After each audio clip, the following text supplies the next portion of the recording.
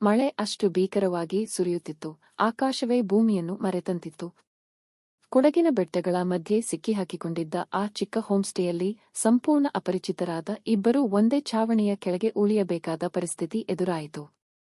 ಅವರಿಗೆ ಆಗ ತಿಳಿದಿರಲಿಲ್ಲ, ಹೊರಗಿನ ಜಗತ್ತಿನೊಂದಿಗೆ ಕಳೆದು ಹೋದ ಸಂಪರ್ಕಕ್ಕಿಂತ ಅಪಾಯಕಾರಿ ಸಂಗತಿ ಅವರ ಹೃದಯಗಳ ನಡುವೆ ನಿಧಾನವಾಗಿ ಮೂಡುತ್ತಿದ್ದ ಸಂಪರ್ಕವಾಗಿತ್ತು. ಆದರೆ ಮಳೆ ನಿಂತ ನಂತರ ಬದುಕು ಅವರ ಮುಂದೆ ಇಟ್ಟ ಪ್ರಶ್ನೆಗೆ ಉತ್ತರ ಹುಡುಕುವುದು ಸುಲಭವಾಗಿರಲಿಲ್ಲ. ಅಭಿಜಿತ್ ಬೆಂಗಳೂರಿನ ಬಹುರಾಷ್ಟ್ರೀಯ ಕಂಪನಿಯಲ್ಲಿ ಹಿರಿಯ ವಿನ್ಯಾಸ ತಜ್ಞನಾಗಿ ಕೆಲಸ ಮಾಡುತ್ತಿದ್ದ. ನಿರಂತರ ಸಭೆಗಳು, ಸಮಯದ ಮಿತಿಗಳು, ಗುರಿಗಳು ಮತ್ತು ಒತ್ತಡದ ನಡುವೆ ಅವನ ಬದುಕು ಯಂತ್ರದಂತೆ ಬದಲಾಗಿತ್ತು. ವೈದ್ಯರ ಸಲಹೆಯಂತೆ ಕೆಲವು ದಿನಗಳ ವಿಶ್ರಾಂತಿಗಾಗಿ ಅವನು ಕೊಡಗಿನ ಬೆಟ್ಟಗಳಿಗೆ ಬಂದಿದ್ದ. ಮತ್ತೊಂದೆಡೆ ಅನಘ ಮೈಸೂರಿನ ಕಾಲೇಜಿನಲ್ಲಿ ಮನೋವಿಜ್ಞಾನ ಉಪನ್ಯಾಸಕಿಯಾಗಿದ್ದಳು. ಸಂಬಂಧಗಳು, ಭಾವನೆಗಳು ಮತ್ತು ಮಾನವ ಮನಸ್ಸಿನ ಬಗ್ಗೆ ವಿದ್ಯಾರ್ಥಿಗಳಿಗೆ ಪಾಠ ಹೇಳುತ್ತಿದ್ದ ಅವಳಿಗೆ ತನ್ನದೇ ಬದುಕಿನಲ್ಲಿ ಮಾತ್ರ ಹೇಳಿಕೊಳ್ಳುವಂತಹ ಯಾರೂ ಇರಲಿಲ್ಲ. ಒಂದು ಪುಸ್ತಕ ಬರೆಯುವ ಉದ್ದೇಶದಿಂದ ಅವಳು ಅದೇ ಪ್ರದೇಶದ ನಿಶ್ಶಬ್ದ ಹೋಂಸ್ಟೇ ಆಯ್ಕೆ ಮಾಡಿಕೊಂಡಿದ್ದಳು. ಮೊದಲ ದಿನ ಇಬ್ಬರೂ ಒಬ್ಬರನ್ನೊಬ್ಬರು ಗಮನಿಸಿದ್ದರೂ ಪರಿಚಯ ಮಾಡಿಕೊಳ್ಳಲಿಲ್ಲ. ಮಂಜು ಮುಚ್ಚಿದ ಕಾಫಿ ತೋಟಗಳು, ಮಳೆಯ ಹನಿಗಳ ಸದ್ದು ಮತ್ತು ಬೆಟ್ಟಗಳ ಮೌನವೇ ಅವರ ಸಂಗಾತಿಯಾಗಿತ್ತು. ಸಂಜೆ ವೇಳೆಗೆ ಮಳೆ ಅಬ್ಬರಿಸತೊಡಗಿತು. ಬೆಟ್ಟದ ರಸ್ತೆಗಳು ಕುಸಿದವು. ವಿದ್ಯುತ್ ಸಂಪರ್ಕ ಕಡಿತವಾಯಿತು. ಮೊಬೈಲ್ ಜಾಲ ಸಂಪೂರ್ಣ ಮಾಯವಾಯಿತು. ಹೋಂಸ್ಟೇ ಮಾಲೀಕರು ಸುರಕ್ಷತೆಗಾಗಿ ಎಲ್ಲರೂ ಹೊರಗೆ ಹೋಗಬಾರದು ಎಂದು ತಿಳಿಸಿದರು. 2 ದಿನಗಳ ಕಾಲ ಯಾರೂ ಹೊರಬರಲು ಸಾಧ್ಯವಿಲ್ಲ ಎಂಬ ಸುದ್ದಿ ಎಲ್ಲರಲ್ಲೂ ಆತಂಕ ಮೂಡಿಸಿತು. ಮೊದಲ ರಾತ್ರಿ ಕತ್ತಲೆಯ ನಡುವೆ ದೀಪದ ಬೆಳಕು ಮಾತ್ರ ಕೋಣೆಯನ್ನು ಆವರಿಸಿತ್ತು. ಹೊರಗೆ ಮಳೆಯ ನಿರಂತರ ಸದ್ದು, ಒಳಗೆ ವಿಚಿತ್ರ ಮೌನ. ಊಟದ ಮೇಜಿನ ಬಳಿ ಕುಳಿತಿದ್ದ ಕೆಲವೇ ಅತಿಥಿಗಳಲ್ಲಿ ಅಭಿಜಿತ್ ಮತ್ತು ಅನಘಾ ಕೂಡ ಇದ್ದರು. ಆರಂಭದಲ್ಲಿ ಹವಾಮಾನದ ಬಗ್ಗೆ ನಡೆದ ಸಾಮಾನ್ಯ ಮಾತುಕತೆ, ನಂತರ ಪುಸ್ತಕಗಳು, ಸಂಗೀತ, ಪ್ರವಾಸ, ಜೀವನ, ಕೆಲಸ ಮತ್ತು ಕನಸುಗಳ ಕಡೆಗೆ ತಿರುಗಿತು.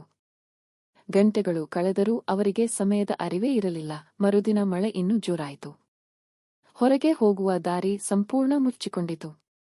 ಸಮಯ ಕಳೆಯಲು ಇಬ್ಬರೂ ಹೋಂಸ್ಟೇಯ ಸುತ್ತಲಿನ ಮರದ ಮಂಟಪದಲ್ಲಿ ಕುಳಿತು ಪ್ರಕೃತಿಯನ್ನು ನೋಡುತ್ತಿದ್ದರು. ಮಂಜಿನ ನಡುವೆ ಕಾಣುತ್ತಿದ್ದ ಕಾಫಿ ಗಿಡಗಳು, ಹಕ್ಕಿಗಳ ಅಪರೂಪದ ಕೂಗು ಮತ್ತು ಮಳೆಯ ವಾಸನೆ ಅವರೊಳಗಿನ ಗೊಂದಲವನ್ನು ನಿಧಾನವಾಗಿ ಶಾಂತಗೊಳಿಸುತ್ತಿತ್ತು. ಅನಘಾಳಿಗೆ ಬಹಳ ವರ್ಷಗಳ ನಂತರ ಯಾರಾದರೂ ತನ್ನ ಮಾತನ್ನು ಅಡ್ಡಿಪಡಿಸದೆ ಕೇಳುತ್ತಿದ್ದಾರೆ ಎನ್ನುವ ಭಾವನೆ ಮೂಡಿತು. ಅಭಿಜಿತ್ಗೆ ಮೊದಲ ಬಾರಿಗೆ ತನ್ನ ಯಶಸ್ಸಿನ ಹಿಂದೆ ಮರೆಮಾಚಿದ್ದ ಒಂಟಿತನವನ್ನು ಒಪ್ಪಿಕೊಳ್ಳುವ ಧೈರ್ಯ ಬಂದಿತು. ಆ ದಿನಗಳಲ್ಲಿ ಇಬ್ಬರೂ ತಮ್ಮ ಜೀವನದ ಅನೇಕ ಸತ್ಯಗಳನ್ನು ಹಂಚಿಕೊಂಡರು. ಅಭಿಜಿತ್ ಹಲವು ವರ್ಷಗಳ ಹಿಂದೆ ಮುರಿದು ಹೋದ ನಿಶ್ಚಿತಾರ್ಥದ ನಂತರ ಯಾರನ್ನೂ ಮನಸ್ಸಿಗೆ ಹತ್ತಿರ ಬರಲು ಬಿಡಲಿಲ್ಲ. ಕೆಲಸವೇ ಅವನ ಆಶ್ರಯವಾಗಿತ್ತು. ಅನಘಾ ತನ್ನ ತಂದೆ ತಾಯಿಯ ಅನಾರೋಗ್ಯದ ನಡುವೆ ಮನೆಯ ಜವಾಬ್ದಾರಿಗಳನ್ನು ಹೊತ್ತುಕೊಂಡು ತನ್ನ ವೈಯಕ್ತಿಕ ಬದುಕನ್ನು ಸದಾ ಮುಂದೂಡುತ್ತಿದ್ದಳು. ಇಬ್ಬರಿಗೂ ಯಶಸ್ಸು ಸಿಕ್ಕಿತ್ತು. ಆದರೆ ಬದುಕನ್ನು ಹಂಚಿಕೊಳ್ಳುವ ಒಬ್ಬ ಆತ್ಮೀಯ ವ್ಯಕ್ತಿಯ ಕೊರತೆ ಅವರನ್ನು ಒಳಗಿನಿಂದ ಖಾಲಿ ಮಾಡಿತ್ತು. ದಿನಗಳು ನಿಧಾನವಾಗಿ ಸಾಗಿದಂತೆ ಅವರ ನಡುವಿನ ಆತ್ಮೀಯತೆ ಸಹಜವಾಗಿ ಬೆಳೆಯತೊಡಗಿತು. ಪರಸ್ಪರದ ಉಪಸ್ಥಿತಿ ಅವರಿಗೆ ನೆಮ್ಮದಿಯಾಗಿತ್ತು. ಕೈ ತಾಗಿದ ಕ್ಷಣದಲ್ಲೇ ಮನಸ್ಸಿನಲ್ಲಿ ಮೂಡುವ ಮುಜುಗರ, ಕಣ್ಣಲ್ಲಿ ಕಣ್ಣಿಟ್ಟು ನೋಡಿದಾಗ ಮೂಡುವ ಮೌನ, ಮಾತಿಗಿಂತ ಹೆಚ್ಚು ಹೇಳುತ್ತಿದ್ದ ನಗು, ಇವೆಲ್ಲವೂ ಇಬ್ಬರಿಗೂ ಹೊಸ ಅನುಭವವಾಗಿತ್ತು. ಅವರ ಸಂಬಂಧದಲ್ಲಿ ಭಾವನಾತ್ಮಕ ಸಾನ್ನಿಧ್ಯ ಗಾಢವಾಗುತ್ತಾ ಹೋಯಿತು. ಹೊರಗಿನ ಜಗತ್ತು ಮಳೆಯ ಕಾರಣದಿಂದ ದೂರವಾಗಿದ್ದಂತೆ ಅವರ ಮನಸ್ಸುಗಳು ಪರಸ್ಪರ ಹತ್ತಿರವಾಗಿದ್ದವು. ಒಂದು ರಾತ್ರಿ ಗಾಳಿಯ ಅಬ್ಬರದಿಂದ ಹೋಂಸ್ಟೇಯ ಹಳೆಯ ಕಿಟಕಿ ಒಡೆದು ಹೋಯಿತು. ಎಲ್ಲರೂ ಸೇರಿ ಅದನ್ನು ಸರಿಪಡಿಸಿದರು. ಆ ಗೊಂದಲದ ನಡುವೆ ಅನಘಾಳ ಕಾಲು ಜಾರಿ ಬೀಳುವಷ್ಟರಲ್ಲಿ ಅಭಿಜಿತ್ ಅವಳನ್ನು ಹಿಡಿದುಕೊಂಡನು. ಆ ಕ್ಷಣದಲ್ಲಿ ಇಬ್ಬರೂ ಒಬ್ಬರ ಹೃದಯದ ಬಡಿತವನ್ನು ಮತ್ತೊಬ್ಬರೂ ಅನುಭವಿಸಿದಂತೆ ಅನಿಸಿತು. ಆ ಹತ್ತಿರದ ಕ್ಷಣವು ಅವರ ಭಾವನೆಗಳನ್ನು ಇನ್ನಷ್ಟು ಸ್ಪಷ್ಟಗೊಳಿಸಿತು. ನಂತರದ ದಿನಗಳಲ್ಲಿ ಅವರು ಕೈ ಹಿಡಿದು ಮಳೆಯನ್ನೇ ನೋಡುವಷ್ಟು ಆತ್ಮೀಯರಾದರು. ಅದು ಕ್ಷಣಿಕ ಆಕರ್ಷಣೆ ಮಾತ್ರವಲ್ಲ, ಪರಸ್ಪರದ ನೋವು ಮತ್ತು ಒಂಟಿತನವನ್ನು ಅರ್ಥಮಾಡಿಕೊಂಡ ಎರಡು ಮನಸ್ಸುಗಳ ಹತ್ತಿರವಾಗುವಿಕೆಯಾಗಿ ಬೆಳೆಯಿತು. ಆದರೆ ವಿಧಿ ಮತ್ತೆ ತನ್ನ ದಾರಿಯನ್ನು ನೆನಪಿಸಿತು. 4ನೇ ದಿನ ಬೆಳಿಗ್ಗೆ ಮಳೆ ನಿಧಾನವಾಗಿ ಕಡಿಮೆಯಾಯಿತು. ರಸ್ತೆ ತೆರವುಗೊಳಿಸುವ ಕೆಲಸ ಆರಂಭವಾಯಿತು.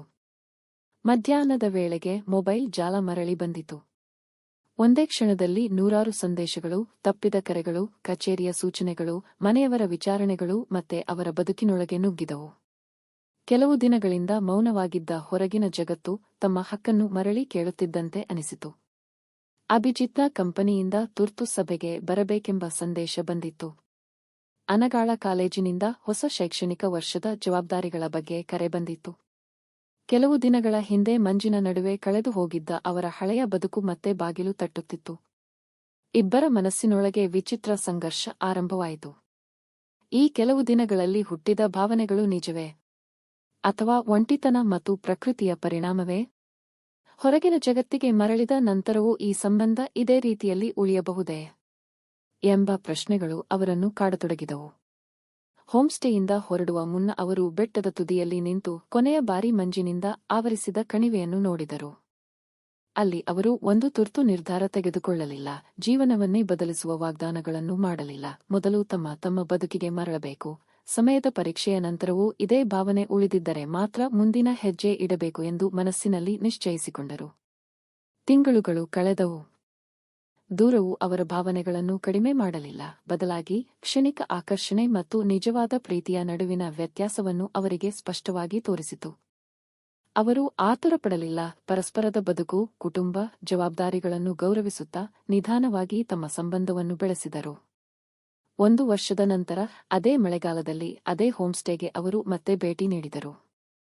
ಈ ಬಾರಿ ಅಪರಿಚಿತರಾಗಿ ಅಲ್ಲ, ಬದುಕಿನ ನಿರ್ಧಾರವನ್ನು ಪ್ರೌಢತೆಯಿಂದ ತೆಗೆದುಕೊಂಡ ಇಬ್ಬರು ಸ್ನೇಹಿತರು ಮತ್ತು ಸಂಗಾತಿಗಳಾಗಿ. ಮಂಜು ಮತ್ತೆ ಬೆಟ್ಟಗಳನ್ನು ಮುಚ್ಚಿತ್ತು. ಮಳೆ ಮತ್ತೆ ಸುರಿಯುತ್ತಿತ್ತು. ಆದರೆ ಈ ಬಾರಿ ಅವರ ಮನಸ್ಸಿನಲ್ಲಿ ಗೊಂದಲ ಇರಲಿಲ್ಲ. ಕೆಲವು ಭೇಟಿಗಳು ನಮ್ಮ ಬದುಕಿನಲ್ಲಿ ಶಾಶ್ವತವಾಗಿ ಉಳಿಯುವುದಿಲ್ಲ, ಕೆಲವು ಮಾತ್ರ ನಮ್ಮನ್ನು ಶಾಶ್ವತವಾಗಿ ಬದಲಾಯಿಸುತ್ತವೆ. ಪ್ರಕೃತಿಯ ಮಡಿಲಿನಲ್ಲಿ ಕಳೆದ ಆ ಕೆಲವು ದಿನಗಳು ಅಭಿಜಿತ್ ಮತ್ತು ಅನಗಾಳಿಗೆ ಕಲಿಸಿದ ದೊಡ್ಡ ಪಾಠ ಒಂದೇ. ಒಂಟಿತನದಲ್ಲಿ ಹುಟ್ಟಿದ ಭಾವನೆಗಳು ನಿಜವಾದ ಸಂಬಂಧವಾಗಬೇಕಾದರೆ ಅವು ಸಮಯ, ದೂರ ಮತ್ತು ಜವಾಬ್ದಾರಿಯ ಪರೀಕ್ಷೆಯನ್ನು ದಾಟಬೇಕು. ಕ್ಷಣಗಳು ಆಕರ್ಷಣೆಯನ್ನು ಹುಟ್ಟಿಸಬಹುದು, ಆದರೆ ಗೌರವ, ಪ್ರಾಮಾಣಿಕತೆ ಮತ್ತು ತಾಳ್ಮೆಯ ಪ್ರೀತಿಯನ್ನು ಜೀವನ ಪೂರ್ತಿ ಉಳಿಸಬಲ್ಲವು. ನಮ್ಮ ಕತೆ ನಿಮಗೆ ಇಷ್ಟವಾಗಿದ್ದರೆ ದಯವಿಟ್ಟು ಈ ವಿಡಿಯೋಗೆ ಒಂದು ಲೈಕ್ ಮಾಡಿ ಮತ್ತು ನಮ್ಮ ಚಾನೆಲ್‌ನ್ನು ಸಬ್ಸ್ಕ್ರೈಬ್ ಮಾಡಿಕೊಳ್ಳಿ.